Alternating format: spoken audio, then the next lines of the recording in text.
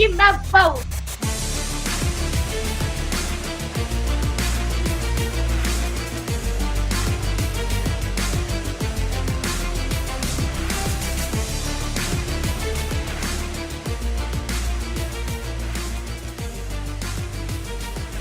Court is in session with Ryan in Sacktown on If You Don't Like That. Now, Ryan in Sacktown.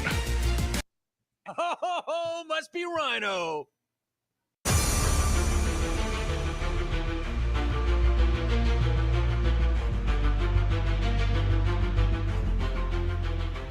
What is up? We made it. It is Friday. So you got a Kings hangover. Have you settled down since last night? How did you feel about last night? We have got a lot to discuss. You know, the great thing about last night, you don't have to wait much longer. You got Kings basketball again tomorrow night in Los Angeles, taking on the Lakers. You got to think Anthony Davis is like, oh, shit, we got to deal with that Sabonis guy. I've never beat that guy in my career. What are we going to do? The Kings lose a heartbreaker last night, 117-115. But as you see in the title, the positives far outweigh the negatives from last night. We're going to listen to some audio from the post game. We'll hear from Coach Brown, DeMar DeRozan. Also got some audio from practice today. Practice just wrapping up right now. The Kings will get ready to head to the airport about 3 o'clock. Fly down to LA. They'll be watching the Lakers and the Suns tonight. Lakers in action, so it will be a back-to-back for them. In fact, all three opponents for the Kings in the next 3 games will be on the second night of a back-to-back. However, that third game, the Kings will also be on a second night of a back-to-back. So it sets up nice for them. You got to think they have some confidence after what we saw last night. And unfortunately, that ugly stretch that we saw far too many times last year, and we saw frequently throughout games. We didn't see just one of them. We usually see 2 or 3, like at the end of the second quarter, start of the third quarter. One of them reared their heads at the end of the third, and that's what gave Minnesota the belief that they could win that basketball game. Just like in Los Angeles, Minnesota did not play a great game. They lost that game, but they still could have won it. They end up doing that in Sacramento. But I want to hear from all of you. So let me know what you thought about last night. We're only going about 90 minutes tops. Here's why. Because Grant's going to be back at 4 o'clock. So make sure you join him. He's going to be talking some football. He'll also be talking some Kings basketball. And the World Series kicks off tonight. Looking forward to that. We've got our WWE segment that we're going to do here in a little bit with Adam. And I think that haunted horse guy, he's going to rear his head around here for a couple of NFL picks and parlays. You know, I roasted that dude last week. I called a couple of those games. Haunted horse. Should we give him a segment today? Should we give that to somebody else now? I don't know. We'll see, though.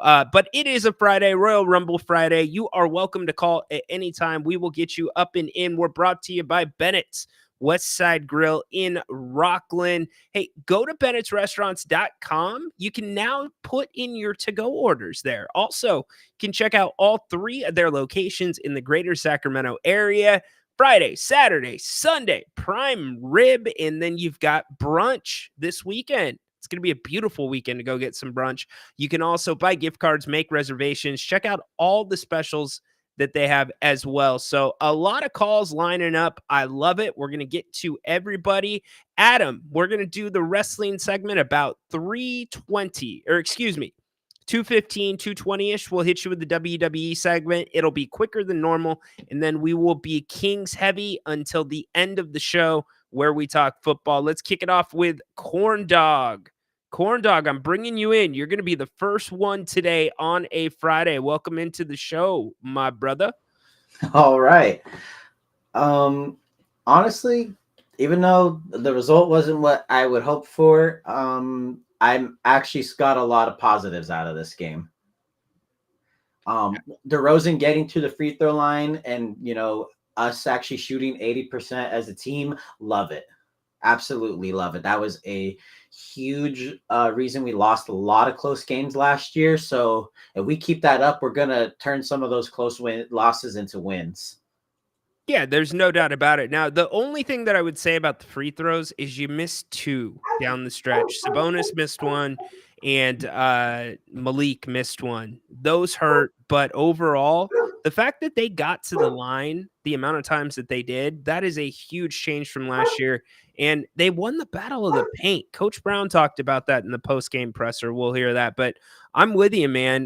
This was a case, really, of Minnesota having 2 better players than the Kings. That's what it was at the end of the day. 65 from Edwards and Randall combined. Yeah, we had no answer for Randall. We had no answer for Edwards and Naz Reid as well. They were just, hitting their stuff. And, at the end, Anthony Edwards took over that last shot. And we actually dialed up a solid little play there for Keegan. It just didn't go down. Yeah, do you have a problem with DeMar inbounding the ball there? No, not really. Again, we had a lot of guys that I'm comfortable. I'm comfortable with Keegan taking it because he's a sniper, and I'm comfortable with Fox taking it. So there's a lot of guys I'm comfortable with. Like, it's not like we're having Ben Wallace shoot it or something. Yeah, I thought Grant made an excellent point last night. And by the way, everybody that joined us for the post-game show, thank you. We had over 1.1 thousand live with us, and it's gone up on the replays. But he made the point that the Kings didn't have a timeout. They had to get the ball in right there. And so I think that played into Mike Brown's reasoning to have DeMar throw it in because he's one of the better passers on the team, and he's super composed. The guy is even keel, 16 years in the league, so I didn't have an issue with it either. No, again, it really wasn't bad play design at all either. And he had a good fake too. It just, to get the defender off, and it just didn't go in. It happens, there was really nothing wrong except with the result. If the ball would have tipped in, you would have said everything was right. Yep. Here's Keegan from practice this afternoon talking about that shot. It was a look. So, whenever you can get a look with 2 seconds left is a plus, and felt good. It just rimmed out. So there you go. Felt good. Rimmed out. Give me a minute on college football. That's usually your thing. What are you looking for this weekend? Oh man, I cannot wait for the Ducks to play Illinois. 12:30 our time. Illinois is 6-1. Oregon's undefeated, ranked number 1. That's a good one. Tonight we have college Michael Myers, Ashton Genty versus UNLV. Friday night. Both are pretty. This may be deciding factor for who gets that group of 5 spot. And we have the Notre Dame Navy one. That one's been on my watch. And honestly, the most important one is actually going to be the Texas A&M and LSU one, because pretty much I feel with their remaining schedules, winner of this game will be in the SEC title game. And if you're in the SEC title game, you are going to be in the playoff. Yes. I thought they changed the way that they formulate the title. Like, they got rid of the divisions within They did, but these teams do not have a current conference loss where every other team does. Oh, man. Yes, their only losses are in the non-conference. And LSU's remaining schedule, besides the A&M game, is Alabama, Florida, Vandy, Oklahoma. I think those are and if they win, they can afford a loss to like an Alabama or somebody, but they'll probably still get in. And A&M, it's the same thing. It'll be they have LSU, but then South Carolina, New Mexico State, Auburn, and Texas. So winner of this game almost will have a shot at that SEC title and pretty much guarantee them a playoff spot, because I don't think they're going to leave out the SEC, 2 of the SEC title game people out of the playoffs. So this may be the first playoff team we get right now. You don't think that they would maybe go with a team that wasn't in the SEC title game that is actually – we saw it last year. Florida State got snubbed. Yeah, but that was just because it was only 4 and there was at least 6 teams deserving. Okay. All right. I don't think they're going to penalize a team for being in the conference championship and losing, especially with these massive divisions. Yeah. Conferences. each conference you got a boost in difficulty. There's some guys you avoid. Like I don't like we're gonna have maybe two Big 12 guys as well. If there's two undefeateds in that Big 12 title, and most likely Oregon and Ohio State, maybe even Indiana sneaks in there as well if they stay undefeated and they beat Ohio State. Solid point. I just A&M. I'm like, no, like it just I don't think they're that great. LSU is LSU. They can still ball a You little know bit, what's fun? A&M got all their tough games at home this year. and that Crazy. matters. That Yeah. Kyle Field is like 110,000 deep. Yeah, they had the Notre Dame one at home. They lost, but then they have Missouri at home, LSU at home, and they have Texas at home. Their four toughest schedules are all home games. That's crazy how that landed in their favor. Yeah, good job for the scheduler. Give him a raise. Hey, dude, appreciate the call, brother. Thanks for kicking us off today. Yes, sir. Let's go Kings. Keep it up. Go Kings. Kings Lakers tomorrow night. We'll be talking about that one as well. Flores, tough loss for the Kings. Bad shot selection and shots at times rather than running the offense. The forced shot for me, and it wasn't necessarily a forced shot. It was just a bad shot. And it's what kicked off that Timberwolves run, that 9-0 run towards the end of the third quarter. It was Trey Lyles. He fired a quick three. And I get that last year, that's a good look. This year, I don't know if that's a good look. And again, small sample size, one game. It was Trey's first game back. The Kings only shot 29 threes last night. And I've been saying up until the season and even into the preseason, I think 35 to 40 is the number that the Kings want. And in the post game last night, Mike Brown actually talked about the 35 number. So we're right in that same ballpark. He thought there were opportunities for the Kings to spray it out as opposed to taking tough twos over Gobert. AB, we lost by one basket against a team that I think causes, let's see, these casuals, excuse me, forgot was in the Western Conference Finals last year. Way too overreacted with our fans. We had a few of them last night. Good take, AB. DeRozan gives us production when the offense slows down. And that's okay. Exactly. So everybody that was in the preseason, like, oh gosh, this team sucks. They couldn't even win a preseason game. Mike Brown wasn't calling sets. They weren't going to ISO. And so you saw extended runs like that where they were not stopped because the Kings kept running their flow. Last night, you saw that change with DeMar DeRozan. Now, the problem I had with the ISO, and this came up in the post-game show last night, it wasn't the ISO opportunities. It was the Kings watching DeMar go into ISO. You got to still cut off of that movement. And I know you don't want to screw up the spacing. You usually want to go 1-4 flat and give him a ton of room to work, but you still got to give him an out because he didn't get bailed out. But if that's not DeMar DeRozan, I don't know how many other players in the NBA are able to get themselves into a position to get that call. Because a couple of those shots, you're thinking like, oh man, thank goodness they called a foul. But DeMar knew what he was doing. So definitely good point there. All right, let's kick it back to the phones. Let's go to our I guess Woj did not retire because we've got Jay Woj. What's up, dude? What's going on? Apparently you said last night was great. I was talking to my friend after the game though, so hopefully tomorrow night I'll be able to join after the game. But you know, there's a lot to pick apart from that one sample size that we have, and I think for me as a competitor and someone who I feel watches the game in a different lens from a fan or a casual, there are no moral victories, in my opinion.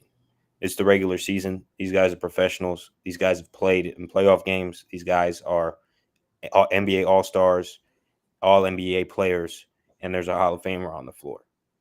There's no moral victories in this loss. There's no positives and negatives. We lost, and that's that. I have high expectations for every guy who played 35-plus minutes on the floor because there's a reason why they played 35 plus minutes on that floor. There's a couple of reasons. Exactly. Injuries, number one. Mike Brown talked. He's still not secure with his rotation. He does not want Fox, Sabonis, and DeMar playing the minutes they played last night, and understandably so. But go ahead. Exactly. No, exactly. So that showed 100%. But with that being said, there is no moral victory in this. Like, oh my God, we had DeRozan, he looked good, Keegan looked good. No, they did what they were supposed to do. They just didn't finish what they started, which was a good run. And unfortunately, they weren't able to weather the storm last night because the Timberwolves were due for a run after halftime, which I called out from my coach's perspective. If I were in that locker room, that's one of the things that I would tell the team is that the storm is coming. Can you weather the storm? They're due for a run. You know it's not how you get through the storm, pretty much. It's how you respond to the storm. You know what I mean? It's the mentality. And, they're probably tired and whatnot, but that's besides the point. These guys were on the court because Mike Brown trusted these guys to go out there and finish what they started. So with that being said, and because I'm more cutthroat with it, and I'm not overreacting either. I'm not one of those fans who, oh my God, we're trash. No. I'm going to hold everybody on this team accountable. I'm not really coaching, but this is my philosophy. And so I'm not going to be like, oh, there's goods, there's bads and there's goods or whatnot. We lost. That's it. But here's the thing, man. I get where you're coming from 100%. Totally get it.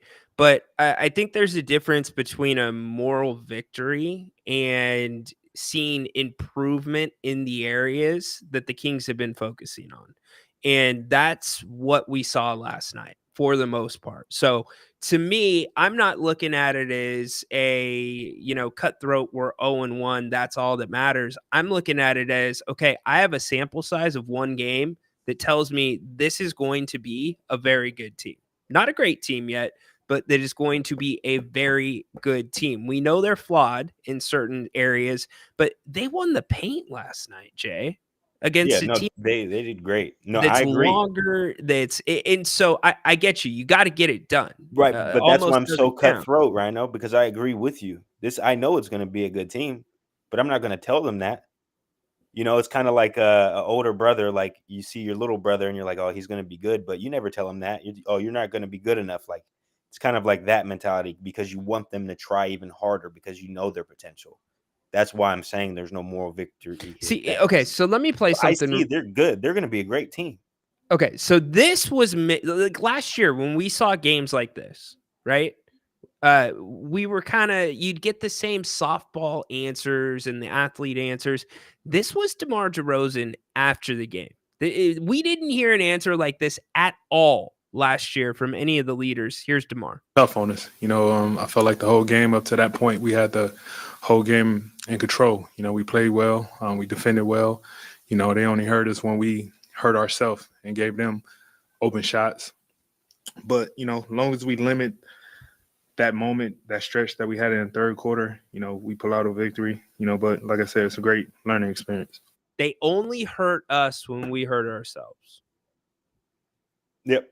And that's where that I want to hold everybody accountable on this team because that's great sportsmanship and great leadership on display by DeMar DeRozan.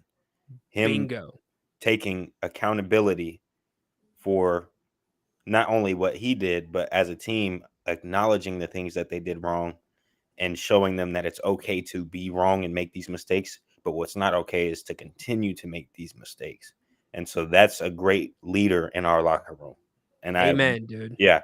The one thing I do want to say before I hop off, though, is we have three leaders on this team. You got Sabonis, you got Fox, you got DeRozan. Mm-hmm. Vivek Ranadive, when he drafted De'Aaron Fox, he goes to Fox and he says, I have this brand new arena and I'm looking for someone to give the keys to. Yes, I know. Right? Yeah. So if I'm in that locker room and I'm on the coaching staff, I'm having a serious discussion with Fox. And now you heard me ring out the team, whatever earlier. There's no moral victory here. We lost. This is what happened, this, that, and the third. But Fox is going to stay after, and he's going to get even more of a lecture from me. Because, Fox had a double-double. I don't give a SHI bleep about your double-double. What I give a crap about is your 15 points. You want to make an all-NBA team? You want a contract extension worth $200 and something million? You are in charge in that fourth quarter. I expect the ball in your hands. 15 points you're the reason why we lost this game. And here's why. Now, that sounds so harsh and so cruel. I love De'Aaron Fox. He's my favorite player on the team. And that's why I'm so critical of what he does. So please understand that part first, because I'm not one of those guys that are saying trade Fox. I got you. What I am saying is I believe he's the best player on the floor. I love De'Aaron Fox. He has the keys to this arena. The ball needs to be in your hands. And here's why. The reason why the Timberwolves won that game is because of Anthony Edwards. You have to be able to do the same exact thing that he's doing in the fourth quarter to us, to them. And I'm upset because I know he's capable of it. If you can average 26 points per game the last 2 seasons and you tell me you have 15 points opening night, there's something going on there. And so I expect you next game to drop 30 points. And I would want him to know that as the leader of the team. If you can understand where I'm coming, no, I got you. My expectation for him is way different from Kevin Huerter. It's way different from Keon Ellis. And so I would tell him 15 points from you is not enough. I don't care if Keegan scores 23, if Sabonis scores 23, and DeRozan scores 25, whatever it was. I want you to be the lead scorer. Not every night, 75%, 80% of these nights, though. This is the expectation this season. I hear you, Jay. Good call. Appreciate you, brother. Way to go. All right, we're getting some good Kings conversation going on right now. With De'Aaron, I think the time, I don't think there's any lecture in the world or any coach's talk that can give any further motivation than, hey, you have a supermax on the line. Like, you don't think De'Aaron, that's where his mind's at? And he was asked about what changes this year with the Supermax on the table. His answer was winning. We need to win. So, Jay, decent perspective there. And that's why we do this show. Want to hear your opinions. All right, we're going to do the wrestling segment in 5 minutes. But first, we are going to kick it to my brother, Mr. Moss. Hey, what's up, Brandon? Buddy? How you doing, my man? Not too bad, man. Not too bad. I just want to get a quick take. I know it's King season, and Game 1 happened yesterday, and I caught the tail end of your previous caller's, topic or assessment. I don't think De'Aaron Fox dropping 30 points is the measuring stick for this team. You got guys on that team who can flat out score points, and so sometimes there's an old saying, less is more. Now, I do agree that it depends on when he scores his points, right? Yes. And so because Keegan can give you a good, between 15 and 20, right? We know DeMar can give you what he gives you. We can't forget about Sabonis last night. He had 24 points, and so listen, Sabonis last night only had 1 assist, just 1. And so to me, is that right, Rhino? He had 1, right? He had 24, 8, and 1. Domas last night, I thought he had more than 1. You might I want to make right, sure. Let's see. He had 1 assist. You're spot on. Good job. And so since when did we see Sabonis, with just 1 assist? I mean, the Kings' offense is predicated on him at the high post, dictating, facilitating, and I think him having more than 1 assist is much needed. But it's Game 1, and I caught Grant's after game assessment, and he said, "Don't panic. It's okay. It's Game 1." Yep. Lost to a very good Minnesota team who lost on the road in LA. So you don't think they're hungry for a win? You don't think they have expectations? I mean, you guys lost. I mean, Julius Randle had a good bounce back game. I do agree superstars need to be superstars in the fourth quarter because that's who takes you home.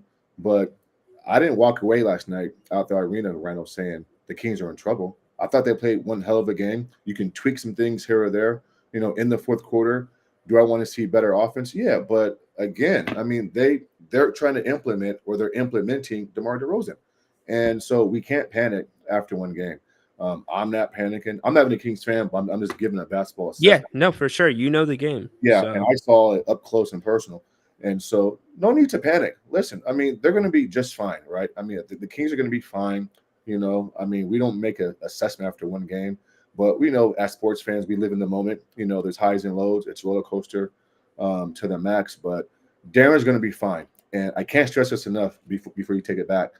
I don't think him dropping 25, 30 on this particular roster with this personnel is going to be needed game in and game out. There's going to be games where he drops 15, but maybe instead of you dropping 25, Rhino, you give me 7 or 8 assists, right? Or 11 last night. yeah, exactly. Or again, sometimes I'm a big component of, because I think box score watching is the most shallow thing in sports because it doesn't tell you the full game.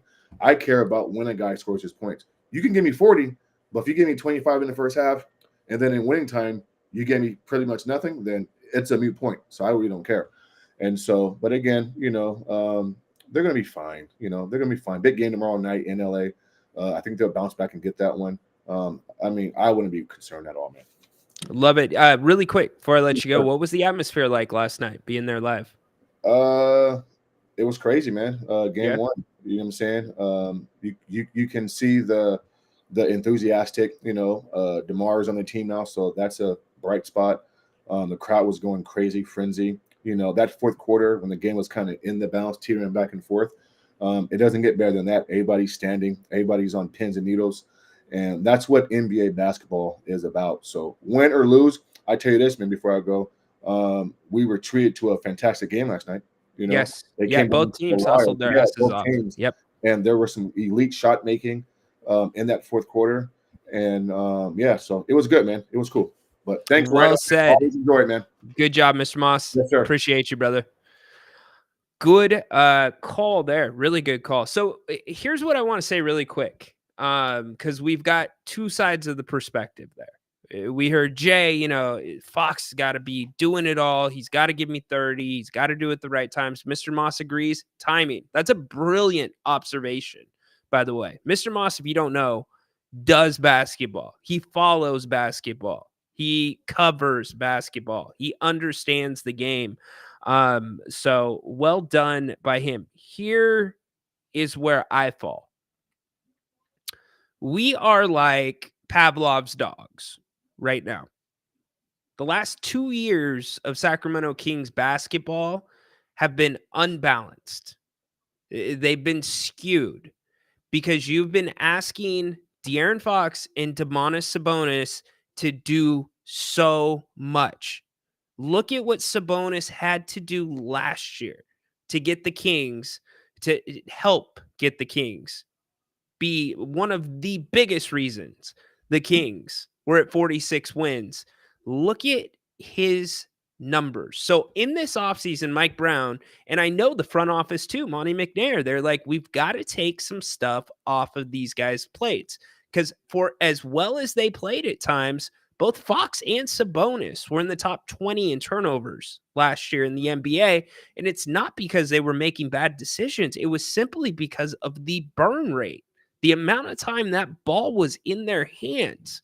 The Kings did not have a balanced attack. Therefore, it was not hard to scheme for them defensively. You had two creators in the starting lineup, and that was it.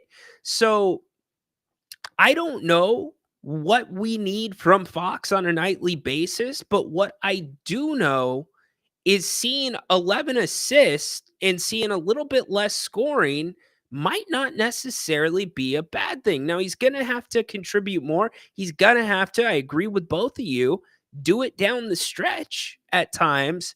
But this is why the Kings are trying to be more balanced. This is why Mike Brown talked about finding the guys that do the little things that don't show up on the stat sheets. De'Aaron Fox last year did not have the ball in his hands a lot, and that was to prepare for this year. You know why?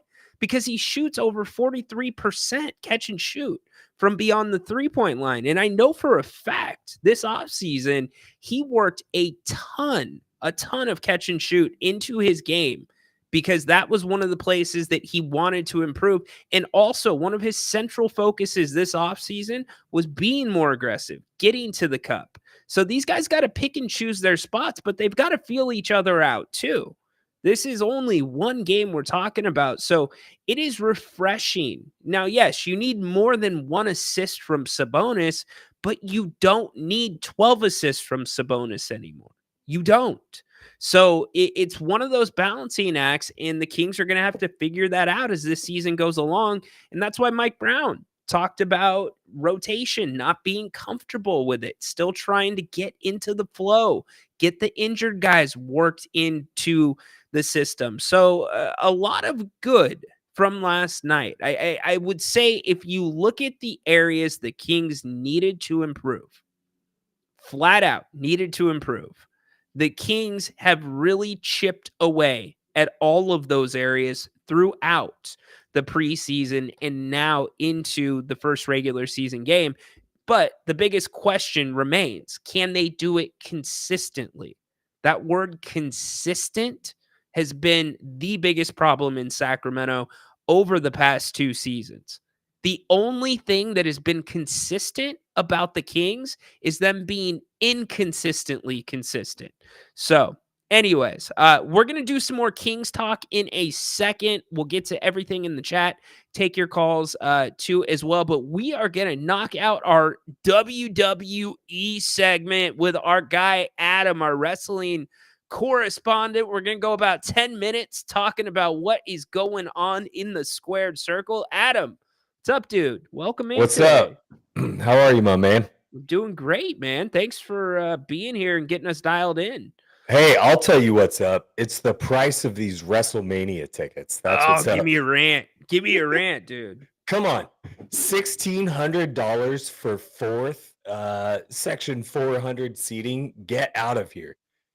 I understand it's 2 nights, but what are we doing? I mean, you're pricing everybody out. This is ridiculous. You're not pricing everybody out because the stadium's not as big as. But that I think you're killing the common fan here. You absolutely are. So the mom and pops and the kid that WrestleMania comes to their hometown once every 20 years, you are pricing them out. Absolutely. Yeah.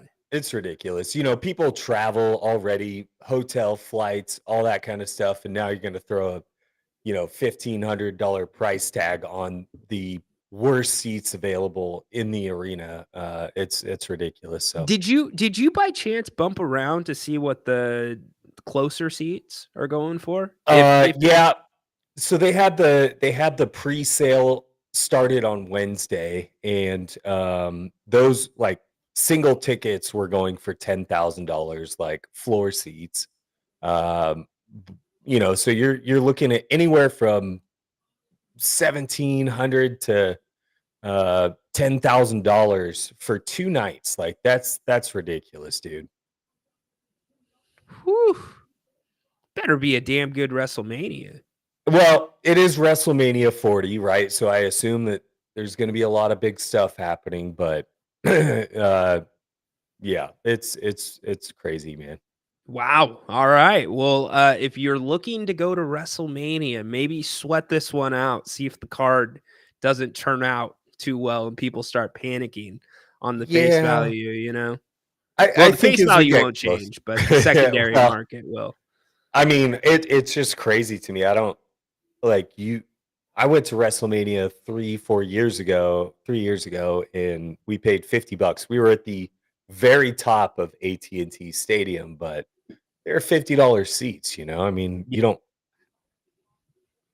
killing it. You're killing yourselves. See that, what happens though? I mean, this building, for those that don't know, it's being held at Allegiant Stadium in Vegas. That building's going to sell out. So they're not concerned about that. What they were trying to do is as Mania got closer in Texas, there were still tickets available.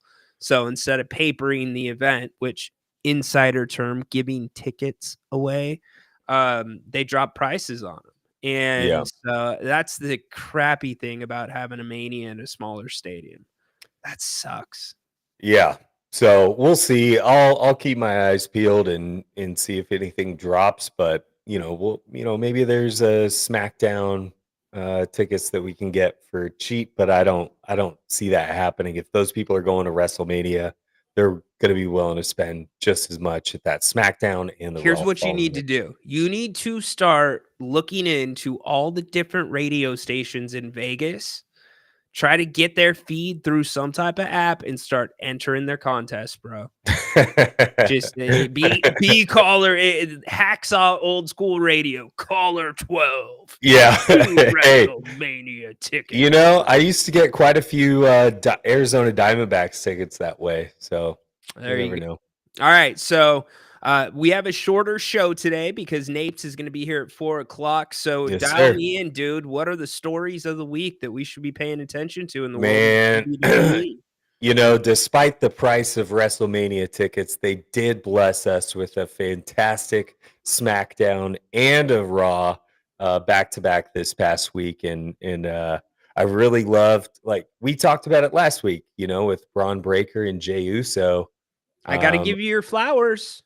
I got to give you your flowers, dude. This is why you are the wrestling correspondent. You called it.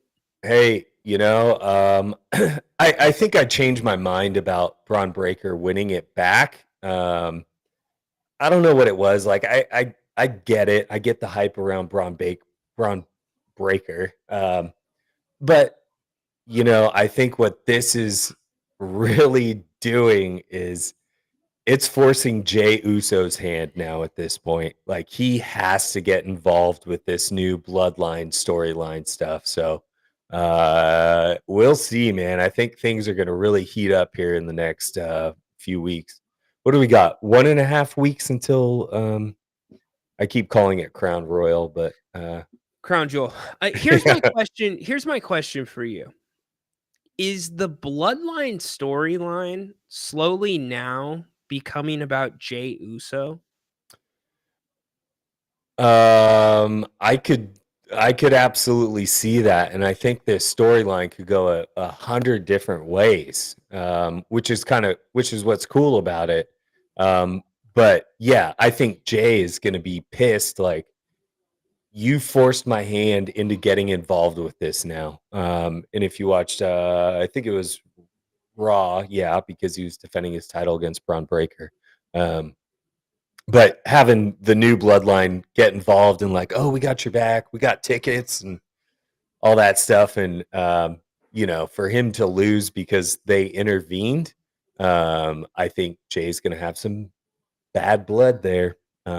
So we'll see. I'm curious to see if he just goes rogue, or if he actually joins a side, or maybe there's a third, like it becomes this triumvirate that he starts up. So I don't know, man. It's kind of wild.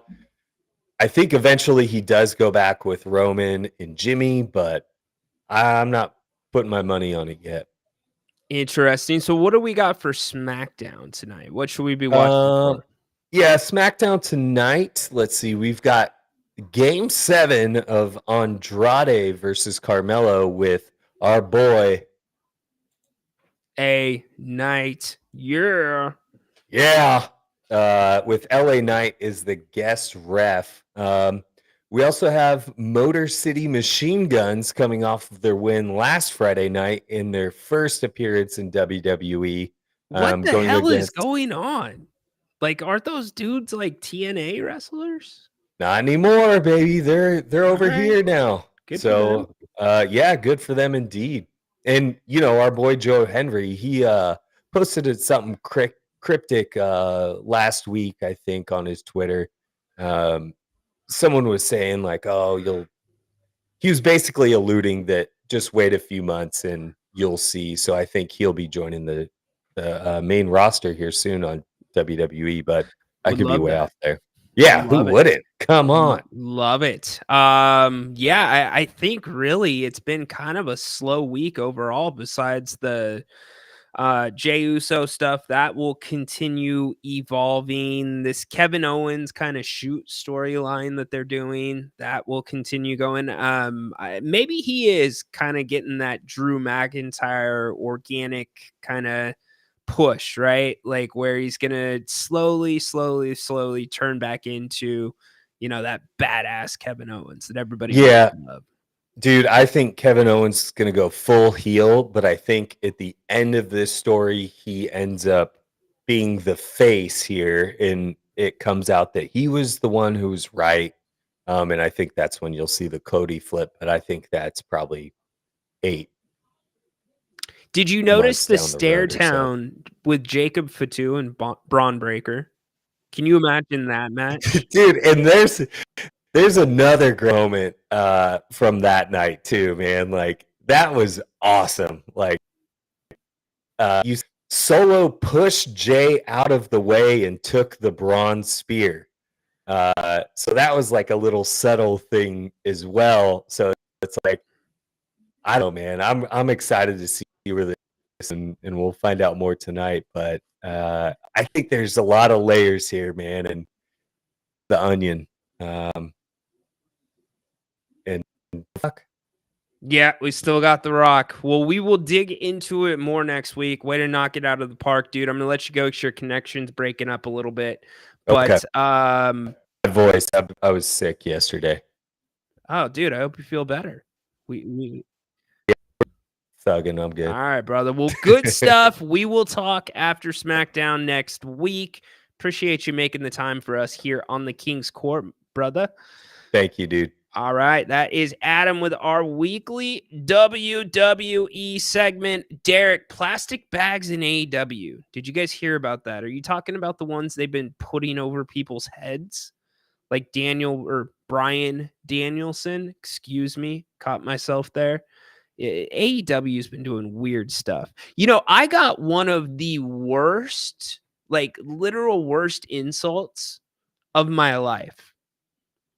It hit me to my freaking core just last week. One of my friends, we're talking, we're FaceTiming. We use an app called Marco Polo because many of us are spread out across the nation.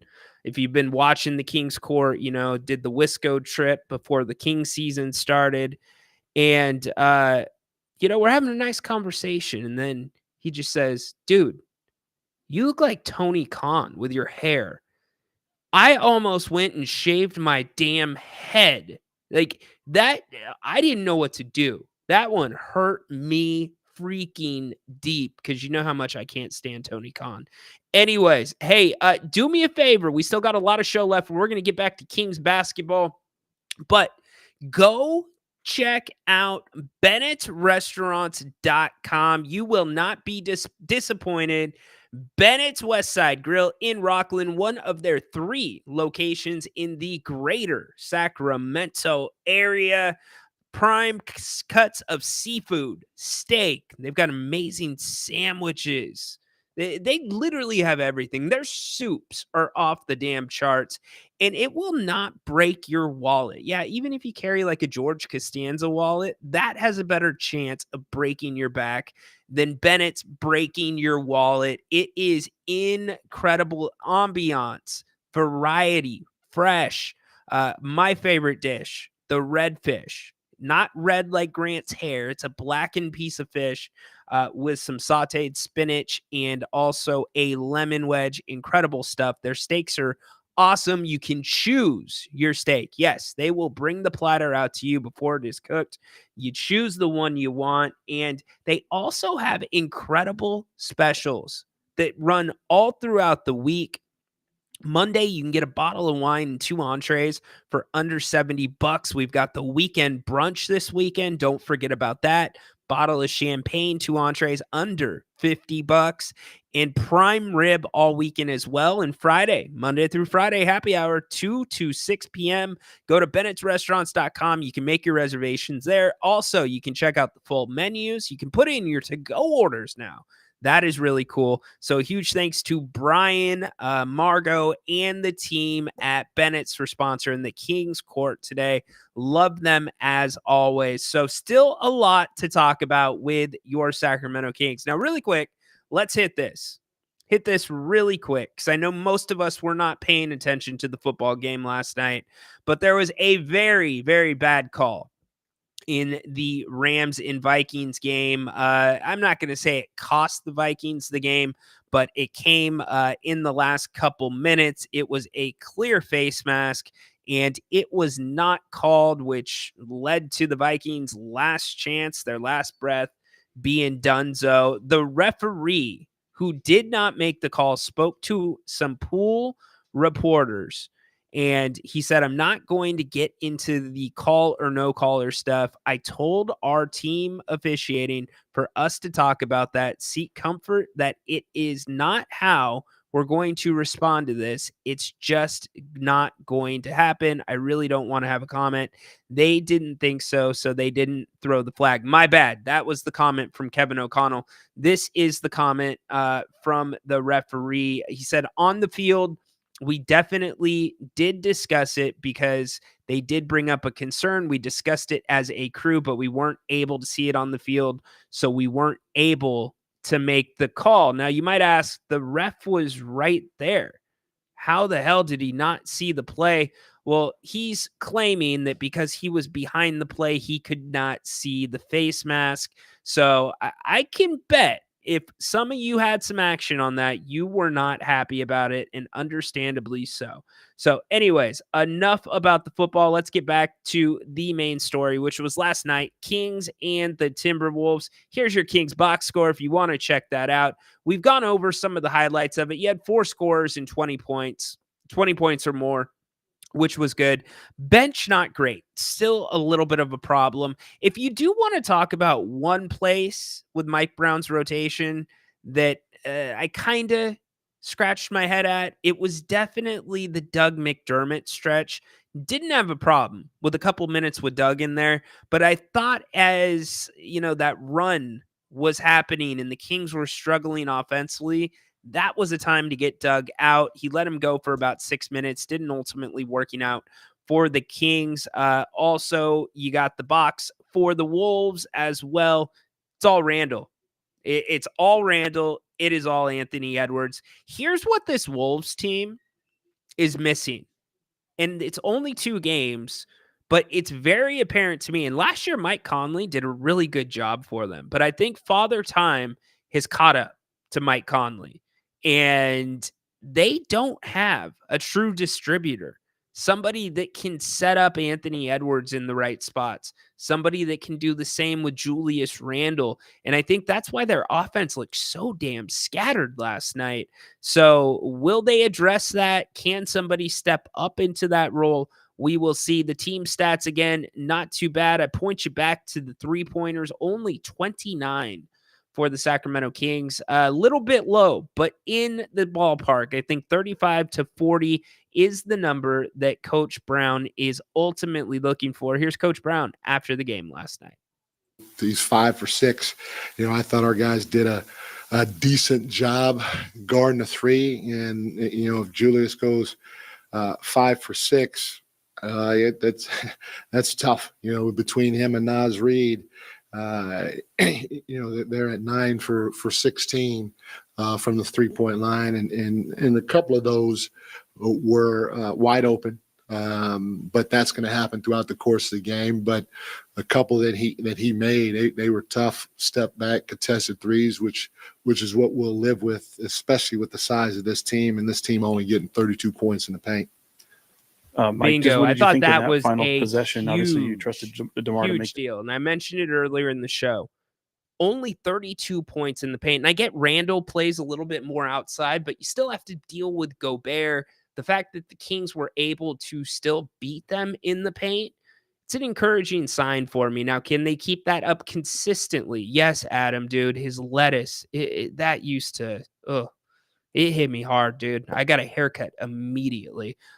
Love Bennett's. Thank you for the support, Dennis. Yes, Bennett is incredible for a first game. Not many teams were as good as the Kings last night. Yeah, again, one game. Not going to get too high, not going to get too low. Coach Brown talked about that in shoot around before the game, and he's right. Now, the big thing now is how do the Kings respond to this? Do we see another consistent performance from them down in LA? And it is a place that the Kings really enjoy playing. In fact, look at the Kings numbers last year versus the Lakers. Look at their scoring.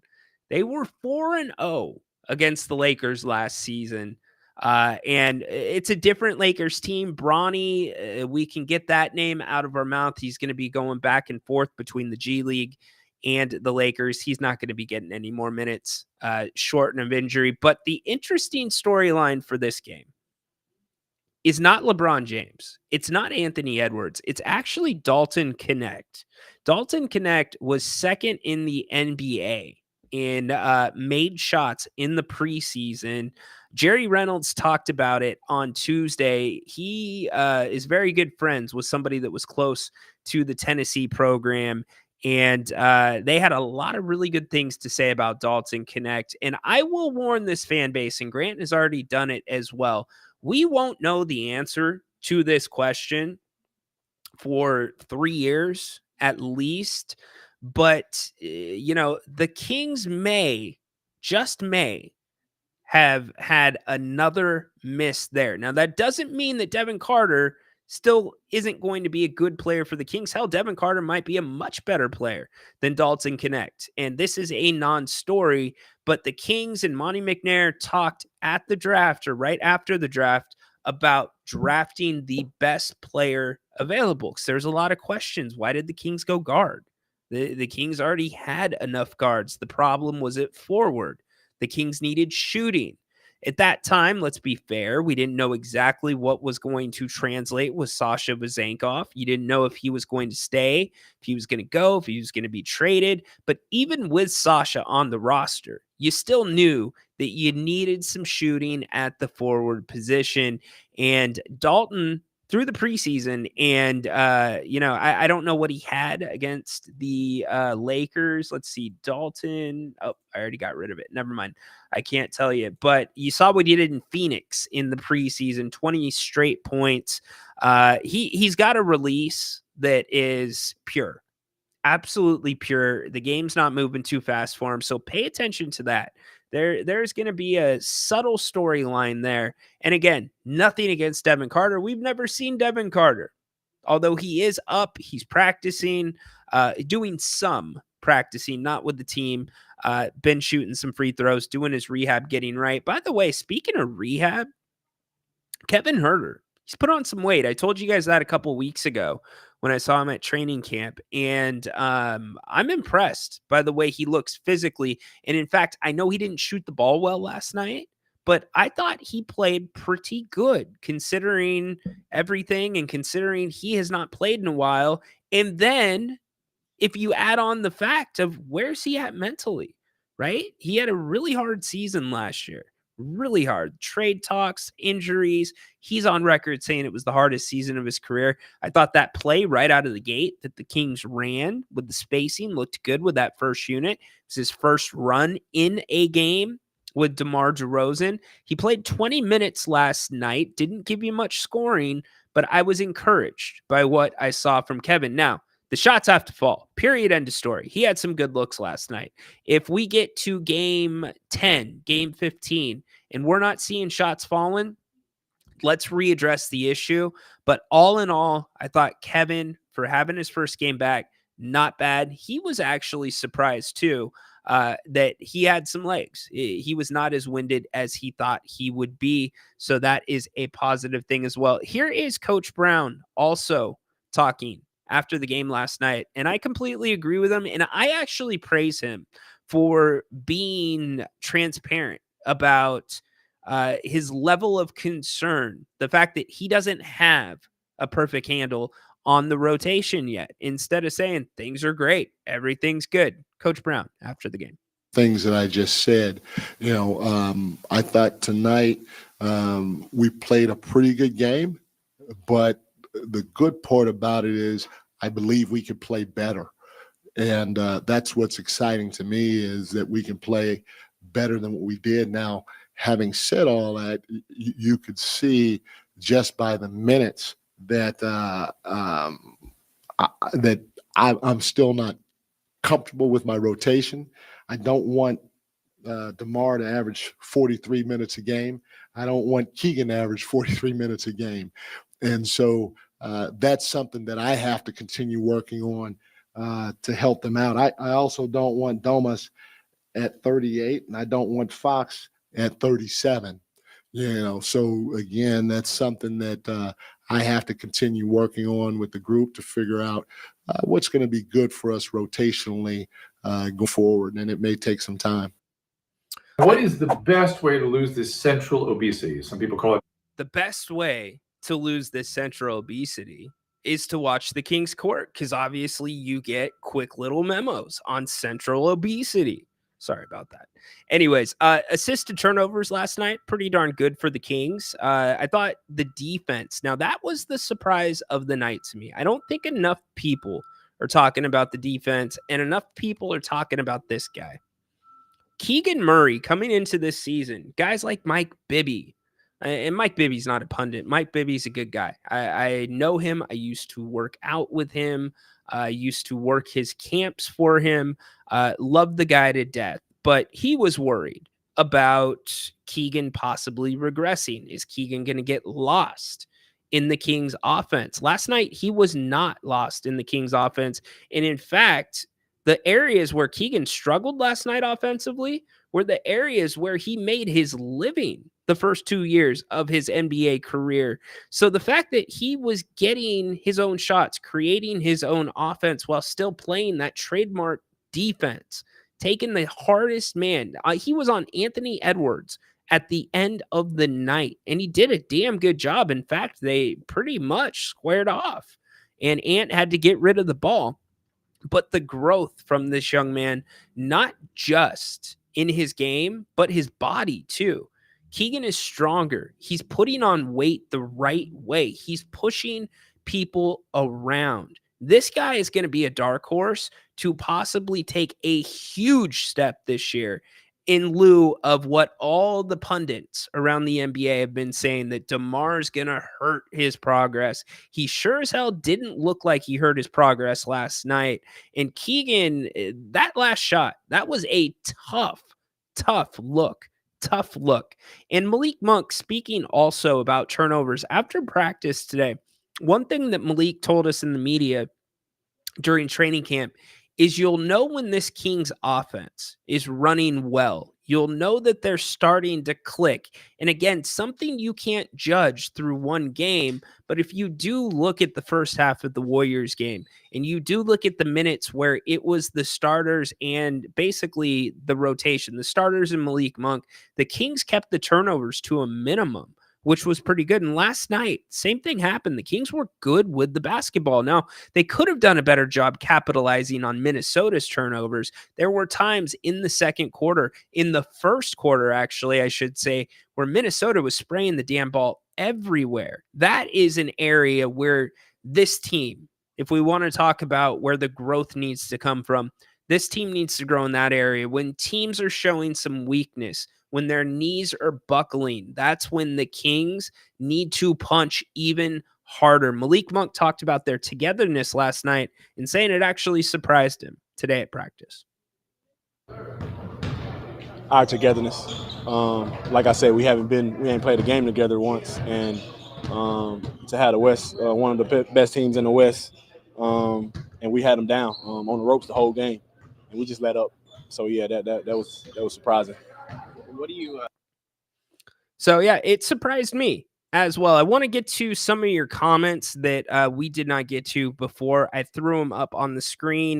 Derek, maybe he looked better because the less amount of attention on offense. You know, I don't think that teams are hanging off of Keegan like everybody thinks. Now, Keegan could have done a better job of it. Foxy could have done a better job. Herter could have done a better job of moving. Domas could have done a better job moving when DeMar went into isolation, but I didn't think they hung off Keegan too much. And really, they didn't really hang off anybody for the most part. Maybe Kevin, just a tad, but nothing that really opened my eyes a lot. Let's see. The Clutch Bros, what's up? Minnesota is a good team. Man, I hate the L, but we were doing all right. Yes, the Kings were doing all right. I saw some good comments up here. Let's get to these as well.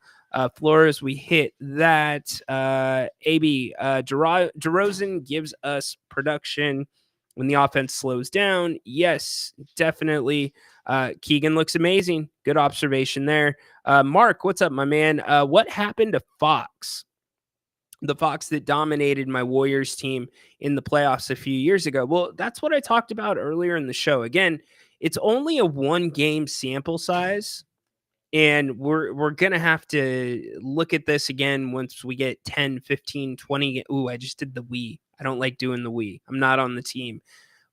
We, as the media, will have to look at them again in 10, 15 games and get a better idea of what the new balance is going to look like. But I think some Kings fans, as this season goes along, you're going to realize you don't need that Fox all the time. Now, you definitely need that Fox at certain times in the game. Jay talked about that. Mr. Moss talked about that as well.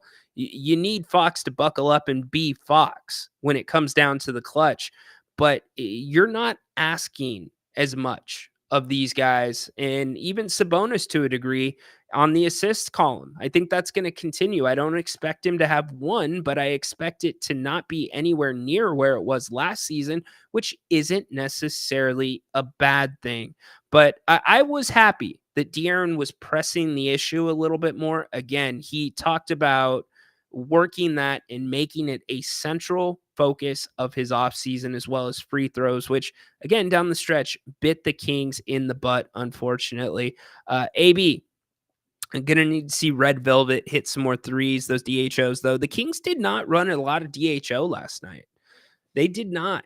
Demona, we want to talk about ISO. Domas ISO'd himself more than a few times, especially down in that painted area. And my God, whatever happened to the 3-second violations? And I get that call can go both ways between our team and Minnesota, but it felt like Julius Randle was in the paint for 10 seconds on separate occasions in the second half. That bugged the hell out of me.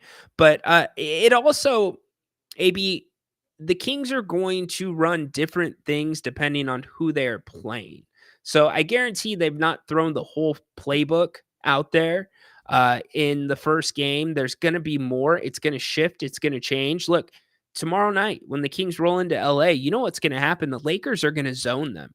The Lakers are going to throw some zone defense at the Kings. And the Kings last year, to their credit, broke the zone defense pretty well. DHO is not part of a zone offense. So the Kings are going to have to do something else. Getting a guy to the middle, really, if you want the perfect guy in the middle, you're going to want DeMar, Keegan, or Domas. Probably DeMar, to me, would be the best zone breaker because of his ability to pass, and he does make a little bit of a quicker decision. But the DHO will come along. It depends who the Kings are playing. Let's see. Yeah, you know what? I agree with you. I thought the Kings did start the third very well. It was the latter half of the third quarter where it came off the rails. And, Mike Brown last year, he was really quick to call timeouts at points in the season to break runs up, and then he would do the opposite where he wouldn't call timeouts and he'd let the guys play through it. Last night, he let them play through it, and it did not work out well. The Timberwolves hit 3 straight triples, and before you knew it, they were back up. I'm looking at the numbers right now. It gave them all of the energy in the world. They closed the gap. They were down 9 points. No, they were down 8 points. And in 90 seconds, the score went 89-88 to Minnesota. 3:06 on the clock in the third quarter, 13-0 run. And what started that run was that bad Trey Lyles shot. Now, I'm not going to kick Trey for taking that shot. He was open. I just think it was a poor decision at that point in the game. And so if we want to talk about fine-tuning and where the Kings need to get better, that's an area where the Kings need to get better. They need to understand the game and the situation a little bit better, and that is basketball IQ to a T, something we definitely did not see enough of last year. I thought the Kings played with very poor basketball IQ at times. So the Lakers, what are we looking for tomorrow night? Consistency, we've hit that. I also am looking for the Kings to play physical without fouling. The Lakers are not a physical team. You can push D'Angelo Russell around. Braun, he's physical. So that's going to be a tough one. That's going to be a fun matchup, by the way. Keegan Murray and LeBron James. I'm looking forward to seeing that one, especially with Keegan, how he's grown some. That's going to be a fun one to watch. Anthony Davis, you can push him around. But this Lakers team, they like to get out in transition. So can the Kings break that up? And the way you break that up is getting to the free throw line. The Kings want to play fast too. The Kings only took 82 shots last night. That is a little bit low for what Mike Brown wants them to be at pace-wise. Minnesota actually took 87 or 86 shots last night. So we'll see as we head towards the Kings and the Lakers tomorrow. Give me your predictions for that one. What do you think the keys are for the Kings and the Lakers? Here's what the Kings did individually last year against the Lakers in their 4 wins. The Kings have some mental lapses that really hurt them, but overall they played well last night. Keegan looked impressive. Yep, completely agree with you. Keon, not enough people are talking about what he did last night, and you've got to be a real basketball nerd to realize it. Jerry Reynolds and I at the halftime, Grant asked us, what do you want to see the Kings do a little bit different this half? And one of the things I said was full court defense. I want to see the Kings pick guys up, make Anthony Edwards work, because the Kings were pushing Anthony Edwards and Julius Randle to a degree off of the spots they wanted. They had to get hard contested looks in the first half. And so Keon's minutes, that's mostly what it consisted of. Keon started picking up full court in the second half, and I thought that made a little bit of a difference. But, ultimately, this team is going to have to put it together for 48 minutes. It's what they got to do. Period. End of story.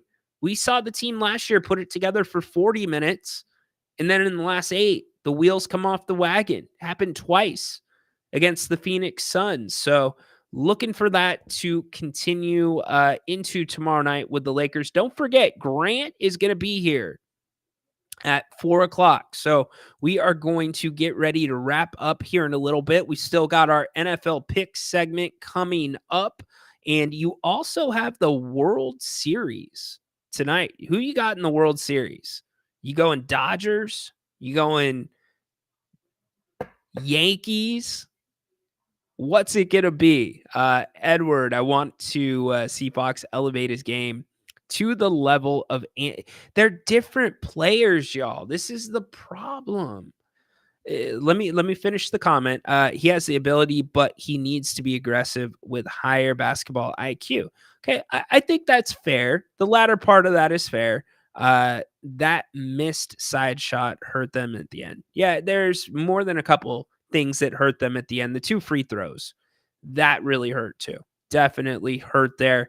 The IQ, with you, dude. And that's not just for Fox. That is with other guys as well. Let's see. Alberto, I'm just sad that they had that game seemingly won.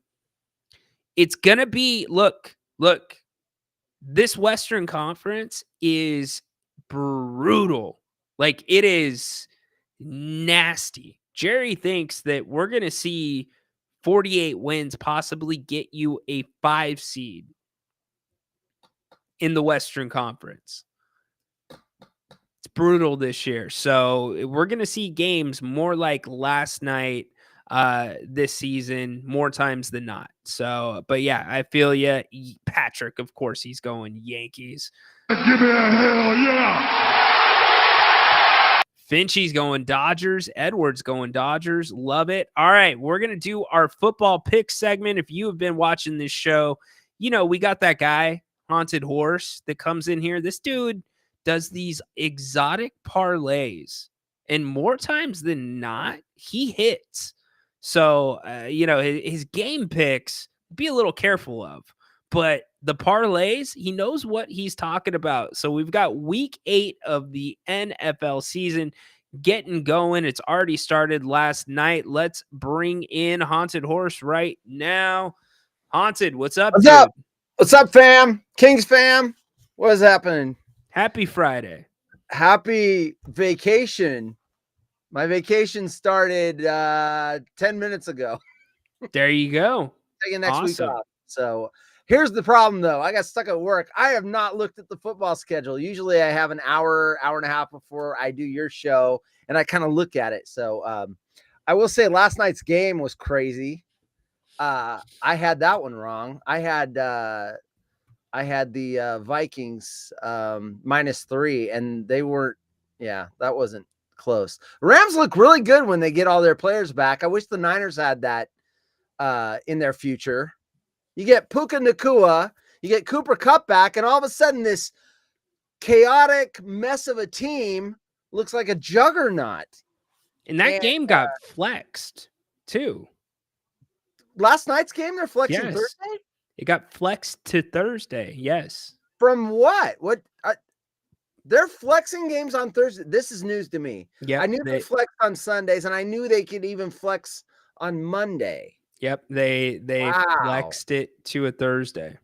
That's good because Prime is Amazon is paying a ton of money, and Thursday night has been a traditional stinker of football. I'll watch it because it's NFL, but anyway, that was that was a good game. Lots of fireworks. I missed my bet because Justin Jefferson didn't score. Otherwise, I'm in the money. I'm in a cold streak right now.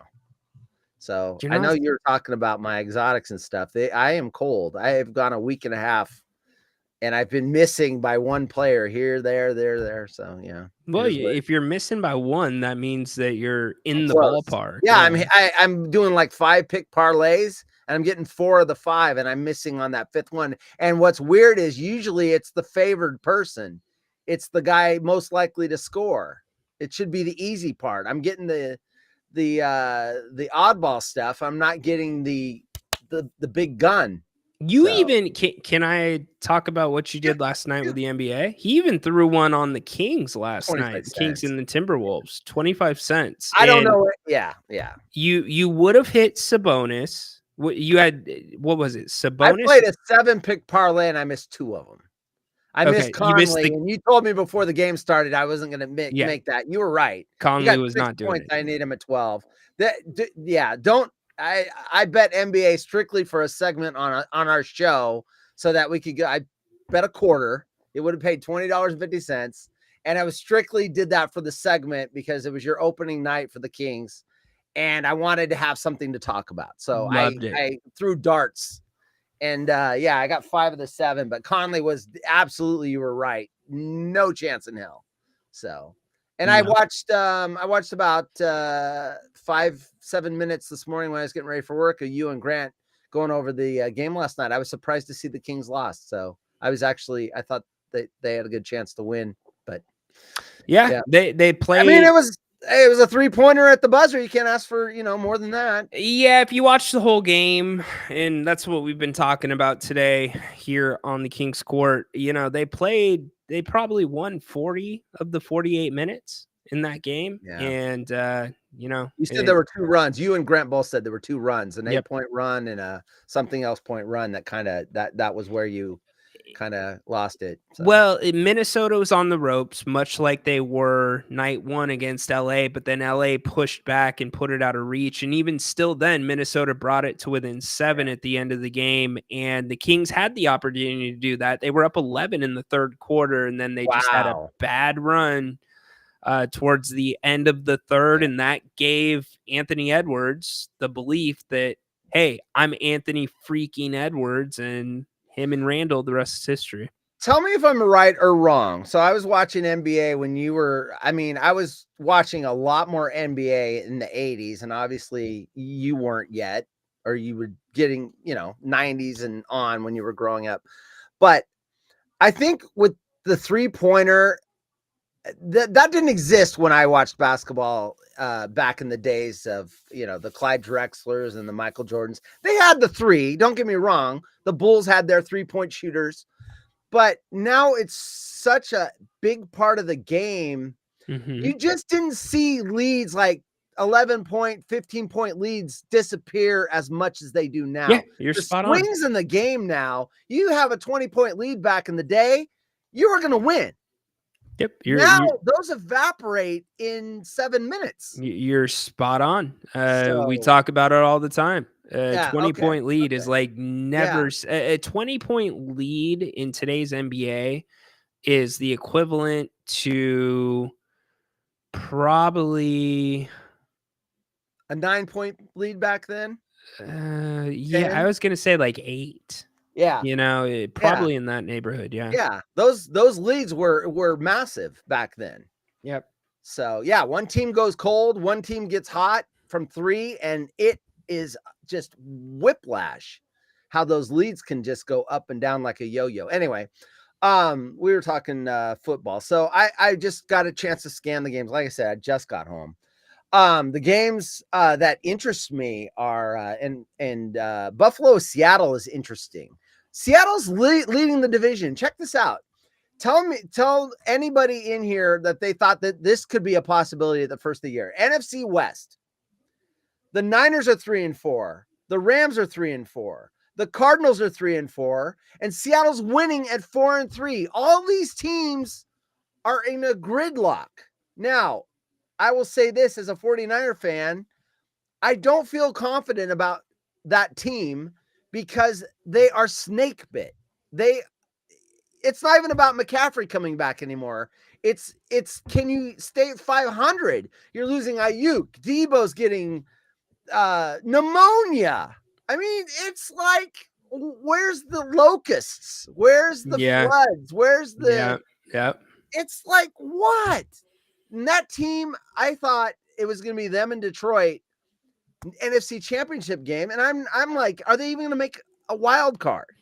They are just snake bit. Now they're playing Dallas, so Buffalo Seattle is definitely a game I want to play. I'm going to bet that game too. The Vegas thinks here's your over unders, and like I said in previous episodes, I like to look because I bet players getting touchdowns. I try to pick 3 or 4 players that are going to get a touchdown. And then maybe I'll even throw in, if there's a quarterback that's prone to interceptions, I'll throw that in there just to boost it way up. Because once you get that 5th parlay in there, it sometimes it'll double the bet, right? The reward. So Dallas, San Francisco over under 47.5. I'm playing that because it's the Niners. I know the team well. I used to know the team well. I am at a loss for what's going on now. So I'm looking for angles. I know the running backs are going to do very well there. Dallas can't stop the run to save their lives. I mean, everyone runs all over them. But is Mason healthy? He's still dealing with that shoulder. The trick. So I'm probably going to look at their backups. They had he played 2 games ago. Guerrero. Geez, I don't even know the players anymore. His backup, I'm probably going to play that because I'm going to get a good odds boost. And if they're beating Dallas, which I expect, now they're 4-point favorites. I'm probably going to play money line if I throw that into the mix because 4 points on this snake bit team, who knows? But I'm probably going to play Mason's backup to get the points and hope that maybe they're up by 10. They start resting him a little bit and running the backup at him. And maybe that guy gets a fluke touchdown, probably at plus 400, 450. I'll have to look at what that's going to be. Throw that in your mix, and it makes the bet go way up. If the Niners lose this game, does it change the way the Niners approach the trade deadline? I don't know how much they can mess with it because a lot of their money, what are you going to do? You can't trade McCaffrey. No one wants him at that price. So look at your salary. Ayuk. Ayuk's not going anywhere. So how do you sell when you're the Niners when all your top talent is the stuff that's injured? You can trade lower levels, but you're not going to save yourself. You went all in this year. I don't know how they could. But that's my point. It's like if you lose this game to Dallas, maybe it's not even just selling. It's just you're not buying.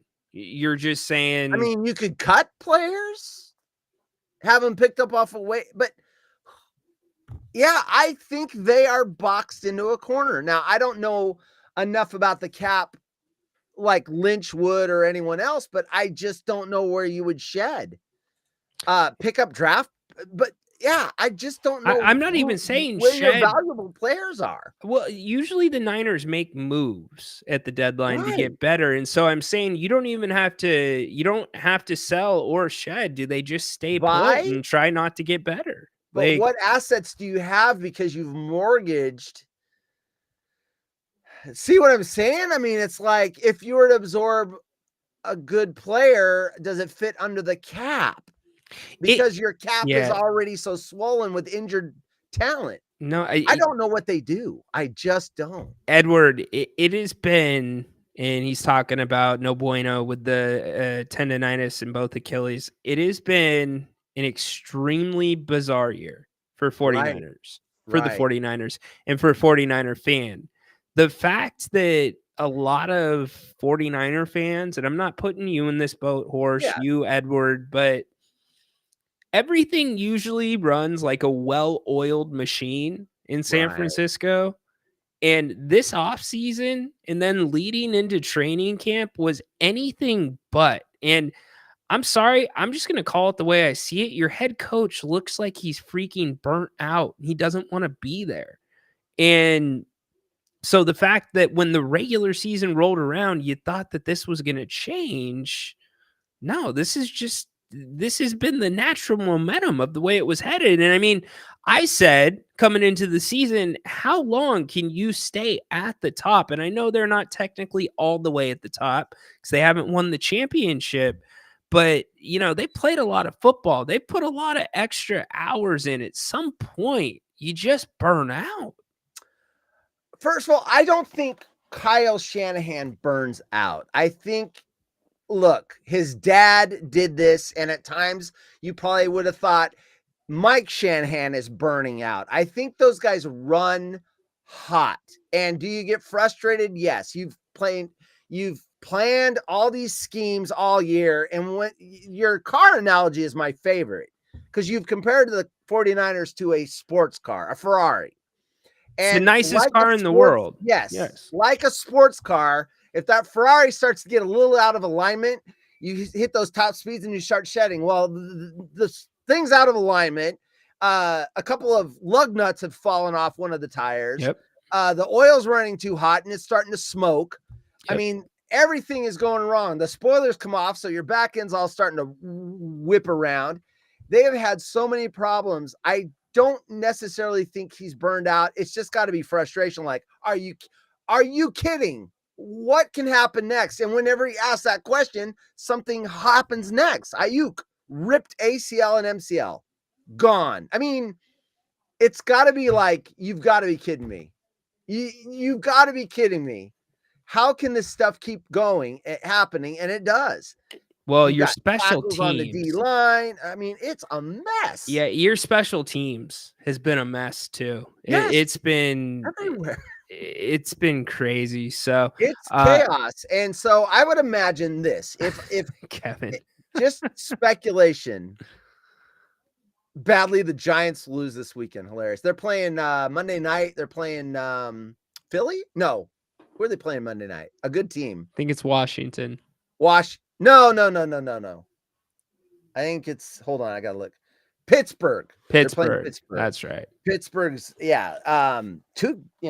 Anyway, we can do that day. But my thing is this. I think if you're Kyle Shanahan, you go, look, I'm gonna do the best I can.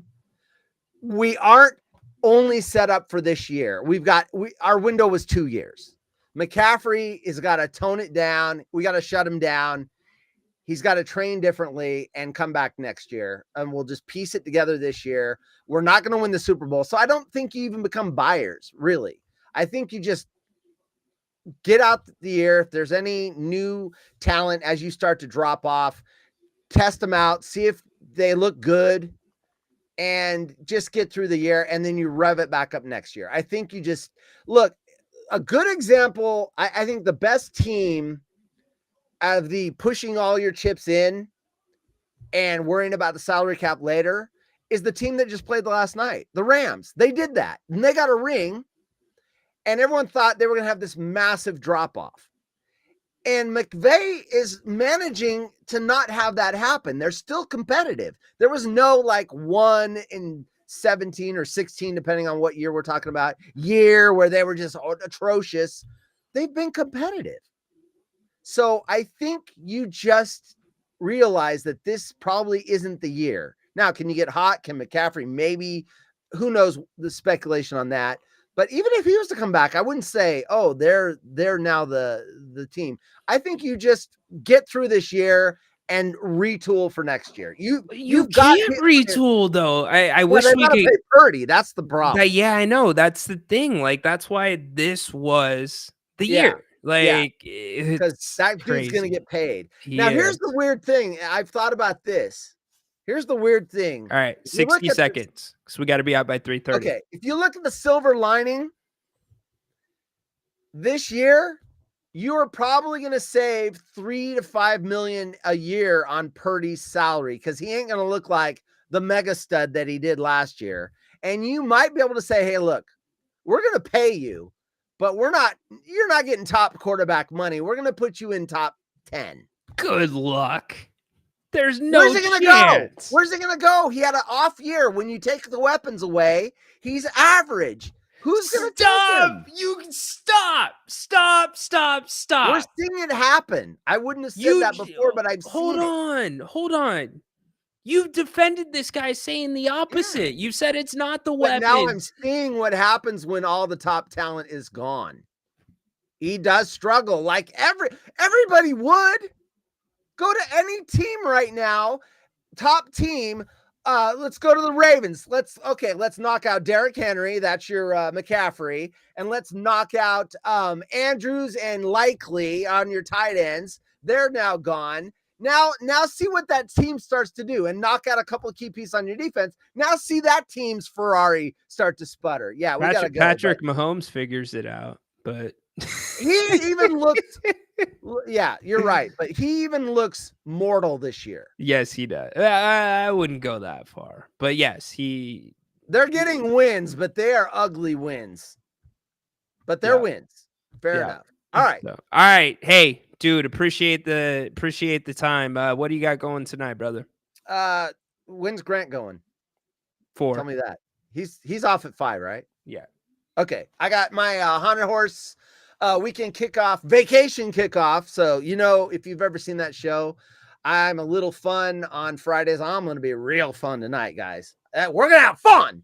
That's at between 5 and 6 Pacific time. And then I'm running on my shows next week. I'm off vacation at work, but it is a work week for all of us doing streaming shows. So I will be all my shows. You can also find my content, shirts and all that crap at hauntedhorse.com or hollywoodrejects.com. Either one works. And that's what I'm up to, and watch stuff.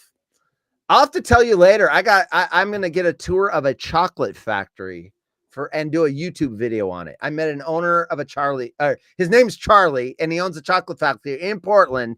And I got free samples, and I'm going to do a sampling of chocolate, and I'm going to get a walkthrough sometime this month of the factory. Are you bringing your Grandpa Joe too? But I'm not bringing Grandpa, that deadbeat. No. So real nice guy. He and his wife run this company. It's called oh shit, I forgot the name of it. I'll have to think of it later. We'll talk about it next week. Yeah, all right. yeah. Go to his show tonight and find out more. Thanks, dude. All right, there you go. Tonight. All right. Later. Only Haunted Horse meets the owner of a chocolate factory is now going to do a tour of a chocolate factory and film it. Oh my goodness. All right, let's clean up the chat and we are going to get out of here. But do not forget, Grant is right back here in just about 30 minutes. Come join him. Open forum, Kings Talk, NFL Talk, and World Series. And then tomorrow night, we are back. It is regular season. We are a grinding. So you got pregame with me tomorrow night. You've got halftime Grant, Jerry Reynolds, and myself. And we will be closing things out with the post-game show again. And again, thank you to everybody that showed up last night. Make sure you subscribe. By the way, new merch has dropped on the website. So go to grantnapier.com under shop. The link to the merch shop is there, but make sure you give us a thumbs up and subscribe to the channel. And big thanks to everybody that showed up last night. Over 1.1 thousand of you. Really appreciate it. Make sure you follow the King's Court on the X, and also make sure that you're following on Spotify, Apple, wherever you get your podcast, because you get exclusive audio outside of this show on that platform.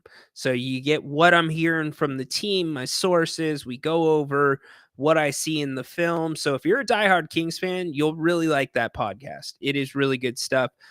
Give it a try. Really quick, we'll clean up the chat and then we are getting out of here. Kev, peace, brother. Have a great weekend. By the way, let Russ throw the deep ball. That's all he can do really well in his career. Let him do it. Tomlin figured that out halfway through last game. Let him throw the ball. Yes, he is a piece of work. Adam not going there. Edward Purdy's a smart QB, not the most talented. I'll give you that. But coaches want a QB they can trust. Excellent point. Very good point. Let's see. A win is a win. Yes, indeed. You guys are doing your talking. Peter, disciplining haunted horse, fact checking him. Good job, Peter. Horse is now. Can you see the light? Can you believe he flipped on that? That was unreal. Yes, I know you are a hardcore Steelers fan, or at least I think I did. And Edward, here's my question to you, and then we're getting out. Edward, why didn't they do a physical on McCaffrey before they extended him? Why? Doesn't make sense to me. Anyways, all right, Grant's here in just about just under 30 minutes. So make sure you join him for his show. Also, again, pregame, postgame, halftime with Jerry Reynolds all tomorrow night for the Kings and Lakers. Great contributions today on the chat, on the phone lines.